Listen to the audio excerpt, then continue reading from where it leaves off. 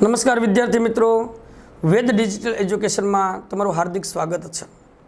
ધોરણ 10 વિષય સામાજિક વિજ્ઞાન, પ્રકરણ 21 સામાજિક પરિવર્તન. ખૂબ મહત્વના પ્રશ્નોની આ વિડીયો લેક્ચરની અંદર આપણે આ પ્રકરણની ચર્ચા કરવાની છે. સૌથી પહેલી મહત્વની વાત કરશું, ખૂબ આઈએમપી પ્રશ્નો છે. ખાસ જોશું સામાજિક પરિવર્તન થવાના મુખ્ય પરિબળો જણાવો. તો તમને એક તો વાતનો નાનપણથી ખબર છે, પરિવર્તન એ સંસારનો નિયમ છે, પણ બધી બાબતમાં પરિવર્તન થવું જોઈએ. ખાસ કરીને આર્થિક, સામાજિક, રાજકીય, સાંસ્કૃતિક, શૈક્ષણિક બધી બાબત. તો આપણે જે વાત કરવાની છે સામાજિક પરિવર્તન થવાના પરિબળો. શા માટે પરિવર્તન થાય છે? તો પહેલી વાત ખાસ કરીએ તો સામાજિક માળખામાં અને સામાજિક સંસ્થાઓમાં તેમજ સામાજિક સંબંધોમાં, ભૂમિકાઓમાં અને મૂલ્યોમાં આવતું પરિવર્તન એ મતલબ સમાજના બધા જ તત્વો અહીંયા આવી ગયા. પહેલું એવું માળખું, એટલે કે સમાજનું માળખું બદલાય. બીજું એવું સામાજિક સંસ્થાઓ, એટલે કે સામાજિક સંસ્થા બદલાણી. તમને ખબર છે રાજા રામમોહન રાય વખતની જે સંસ્થાઓ હતી એને ચાલતી હવે. બ્રહ્મો સમાજ નામ સાંભળ્યું? નહીં. તો એ સંસ્થાઓમાં પરિવર્તન આવે. ત્રીજું સામાજિક સંબંધોમાં પરિવર્તન આવે. ચોથું સમાજમાં રહેલી જે કંઈ અલગ અલગ નીતિઓની ભૂમિકાઓમાં અને મૂલ્યોમાં આવતું પરિવર્તન. એ કેવું પરિવર્તન છે? સામાજિક પરિવર્તન છે. શા માટે સામાજિક પરિવર્તન થાય છે? સામાજિક પરિવર્તન થવાના મુખ્ય પરિબળો શું છે? તો ખાસ મહત્વની વાત કરીએ કે ખાસ પશ્ચિમીકરણ, વૈશ્વિકીકરણ અને શહેરીકરણના કારણે સામાજિક સંબંધો, કુટુંબ વ્યવસ્થા, લગ્ન પ્રથા, જીવનશૈલી, સાહિત્ય અને લલિત કલા વગેરેમાં પરિવર્તનો આવ્યા, જે બાબતથી આપણે માહિતગાર છીએ. પશ્ચિમીકરણ આવ્યું, વિદેશીકરણ આવ્યું, વિદેશની સંસ્કૃતિ આવી, પહેરવેશ બદલાયા, આપણી ભાષા પણ બદલાણી. ગુજરાતી હોવા છતાં પણ કેમ છો, મજામાં છો ને? કેવી ભાષા બદલાણી? મીઠી ભાષા થઈ. શેના કારણે? પશ્ચિમીકરણના કારણે. પહેરવેશ તમે જોઈ શકો છો, આજકાલ પશ્ચિમીકરણ થયું. વૈશ્વિકીકરણના કારણે અર્થતંત્રને વેગ મળ્યો, શહેરીકરણ વધ્યું. સાથે સાથે એના આ ત્રણેયના લીધે સંબંધોમાં પરિવર્તન થયા, કુટુંબ વ્યવસ્થા બદલાણી, લગ્ન પ્રથાઓ બદલાણી, જીવનશૈલી, સાહિત્ય અને લલિત કલા વગેરેમાં પરિવર્તન જે આવે ને, એ પરિવર્તનને સાંસ્કૃતિક પરિવર્તન કહેવાય. સાંસ્કૃતિક પરિવર્તન કોને કહેવાય ભાઈ? શહેરીકરણ, ઉદારીકરણ અને પશ્ચિમીકરણના કારણે સંબંધો, કુટુંબ વ્યવસ્થા, લગ્ન પ્રથા, જીવનશૈલી, સાહિત્ય અને લલિત કલામાં જે પરિવર્તન આવે એને શું કહેવાય? સાંસ્કૃતિક પરિવર્તન.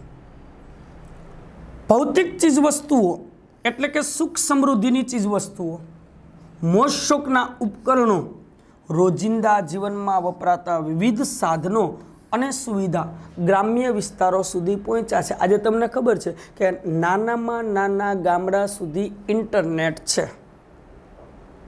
જેમ શહેરોની અંદર એસીની વ્યવસ્થા છે, એક સામાન્ય ઓફિસમાં 5-5 વર્ષ સુધી કર્મચારી એસી વગરના કામ કરતા હતા, એમાં પણ આજે એસીની વ્યવસ્થા છે, તમે જોઈ શકો છો.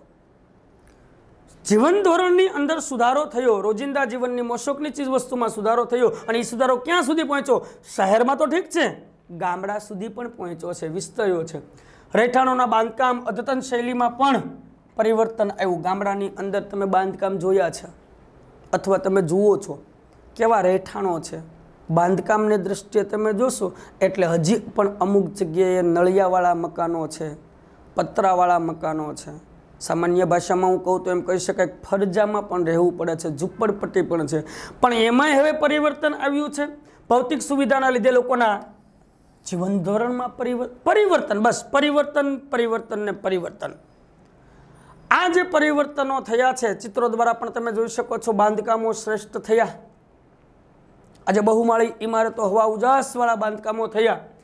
મુખ્યત્વે શહેરીકરણ, સાંસ્કૃતિક બાબતો, શૈક્ષણિક અને રાજકીય, વૈચારિક પરિબળો તેમજ પ્રચાર માધ્યમો જેવા પરિબળના કારણે સમાજની અંદર પરિવર્તન શક્ય બન્યું છે. આ પ્રશ્ન પૂછાય તો આપણે આવી રીતે લખાય, આની અંદર આપણે બીજો પણ મહત્વનો એક પ્રશ્ન જોઈએ. કાયદાના સામાન્ય જ્ઞાનની જાણકારી શાથી જરૂરી છે?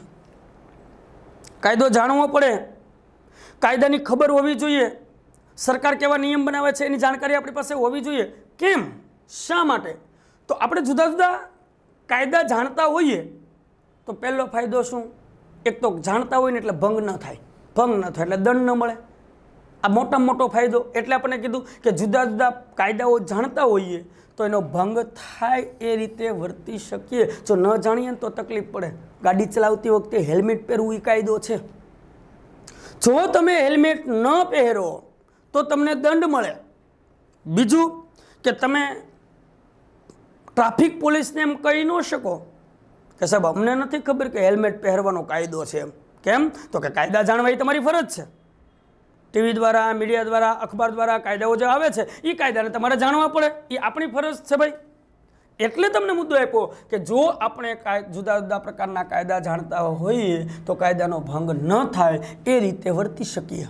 કાયદા જાણતા હોય તો ભંગ ન થાય એ રીતે આપણે વર્તી શકીએ, જેથી શિક્ષા કે દંડની જોગવાઈથી આપણે બચી શકીએ. કાયદાની જાણકારી એટલે પણ જરૂરી છે. નેક્સ્ટ, શોષણ અને અન્યાય વિરુદ્ધ લડવા માટે કાયદેસરની કાર્યવાહી કરી શકીએ. ભાઈ કાયદા જાણ, તમે 9મા ધોરણની અંદર ભણતા હતા કે મૂળભૂત હકો અને ફરજો. તમને હકો આપવામાં આવ્યા છે, એ હક તમે પ્રાપ્ત કરો છો કે નહીં એ માત્ર તમને જ ખબર હોય. જો તમારું કોઈ શોષણ કે તમારી સાથે કોઈ અન્યાય કરતું હોય તો એના વિરુદ્ધ લડવા માટે તમને જે અધિકારો આપવામાં આવ્યા છે, જે બંધારણીય જોગવાઈ કરવામાં આવી છે, જે અદાલતોની વ્યવસ્થા કરવામાં આવી છે, પણ તમને ખબર જ ન હોય કે આને શોષણ કહેવાય, આને અન્યાય કહેવાય, અથવા તો આની સામે આવા કાર્યવાહી કરવી જોઈએ, આપણને ખબર જ ન હોય તો સ્વાભાવિક છે કે આપણું શોષણ અને આપણી સાથે અન્યાય થયા જ કરવાનો છે. એટલે પણ કાયદાની જાણકારી જરૂરી છે. કયો કાયદો શેના માટે બન્યો છે, કયું શોષણ કરવાથી આપણે કઈ રીતની કાર્યવાહી કરી શકીએ, આની જાણકારી ખાસ હોય તો કાયદાનો ભંગ ન થાય અને આપણે દંડથી બચી શકીએ. ભારતના બંધારણ અને કાયદાની સામાન્ય જાણકારી હોય તો આપણે સમાજ અને રાજ્ય તરફથી મળેલા અધિકારો પણ, તમે 9મા ધોરણમાં 6 અધિકારો ભણી ગયા. ભારતના નાગરિકોને આપવામાં આવતા, જન્મથી આપવામાં આવતા અધિકારો છે. શિક્ષણ મેળવવાનો હક ને, સાંસ્કૃતિક હક ને, શૈક્ષણિક હક ને, બંધારણીય ઇલાજનો હક ને, આ બધા અધિકારો છે એ ખાસ આપણે ભોગવી શકીએ. નાગરિકોની સુરક્ષા અને વિકાસ માટે સરકારે બનાવેલી વિવિધ પ્રકારની કાયદાકીય જોગવાઈથી માહિતગાર બની શકીએ અને ખાસ સમાજ, રાજ્ય અને રાષ્ટ્ર પ્રત્યે જે આપણી ફરજો છે એ આપણે સારી રીતે અદા વ્યક્ત કરી શકીએ અને રાષ્ટ્ર પ્રત્યે વફાદાર બની શકીએ. જો કાયદાની જાણકારી હોય તો રાષ્ટ્ર તરફ આપણને જે ફરજો મળી છે એ ફરજોને આપણે ફરજો અદા કરવાની હોય. હા, જે આપણને હકો પ્રાપ્ત થયા છે એ ભોગવવાના છે, મળવા જોઈએ. શોષણ સામે લડવા માટેના હકો છે, અન્યાય સામે લડવા માટેના હકો છે, તો એ ફરજો છે એ અદા કરવાની અને વફાદારી વ્યક્ત કરી શકીએ. બંધારણે આપેલા મૂળભૂત અધિકારો, હકો ભોગવી શકીએ તેમજ મૂળભૂત ફરજો અદા કરી શકીએ. વાત આખી એની છે ભાઈ કે ભાઈ બંધારણે આપણને જે હકો આપ્યા છે એ સારી રીતે ભોગવી શકીએ અને ફરજો અદા. સામાન્ય જ્ઞાન કાયદાનું આપણી પાસે હોય તો પ્રતિષ્ઠાભર્યું જીવન સમાજની અંદર આપણે સારી રીતે ગૌરવભર્યું જીવન જીવી શકીએ. ખાસ આપણા દેશમાં કાયદાનું શાસન છે, તેથી દરેક નાગરિકને ઓછા વત્તા પ્રમાણમાં સ્પર્શતા, ટૂંકમાં આખો કહેવાનો પ્રશ્નનો ભાવ શું છે કે કાયદાની જાણકારી હોવી દેશના નાગરિક તરીકે ખાસ તાતી જરૂરિયાત છે અને હોવી જ જોઈએ. એક નાગરિક તરીકે તમારી પાસે કાયદાની જાણકારી નહીં હોય તો વારંવાર તમે કાયદાનો ભંગ કરશો અને ભંગ કરશો એટલે સજાને પાત્ર બનશો. બીજું કે કાયદાની તમે જાણકારી પ્રાપ્ત કરેલી હશે તો તમારી સાથે કોઈ શોષણ અને અન્યાય કરશે તો તમે એના વિરુદ્ધ કેવી રીતે લડવું જોઈએ એ તમે લડી શકશો, જેથી આપણું શોષણ અને આપણી સાથે અન્યાય નહીં થાય. ત્રીજું, બંધારણની અંદર જે હકો મળ્યા છે એ હકોની આપણને જાણકારી નહીં હોય તો આપણે હક નહીં ભોગવી શકીએ. ચોથું, જે ફરજો આપણે પ્રાપ્ત કરવાની છે, અદા કરવાની છે, એ ફરજો અદા કરીને દેશને વફાદાર બનવું જોઈએ. ભાઈ રાષ્ટ્રીય ભાવના હોવી જોઈએ, દેશ પ્રત્યેની જાગૃતિ હોવી જોઈએ, દેશ પ્રત્યેનો એક ભાવ હોવો જોઈએ, રાષ્ટ્રવાદ જન્મેલો હોવો જોઈએ. દેશના નાગરિક તરીકે આ કાયદાઓની જાણકારી ખૂબ જરૂરી છે. જો દોસ્તો પરીક્ષાની અંદર આવા પ્રશ્નો આપણને પૂછાય તો આપણે આવી રીતે લખીએ તો આપણને માર્ક્સ પ્રાપ્ત થાય. મુદ્દા પ્રમાણે, યોગ્ય મુદ્દા પ્રમાણે આપણે વ્યવસ્થિત યાદ રાખવા જોઈએ અને પરીક્ષાની અંદર આવા પ્રશ્નો આપણને ઘણી વખત પૂછાય છે. અસ્તુ. જય હિન્દ.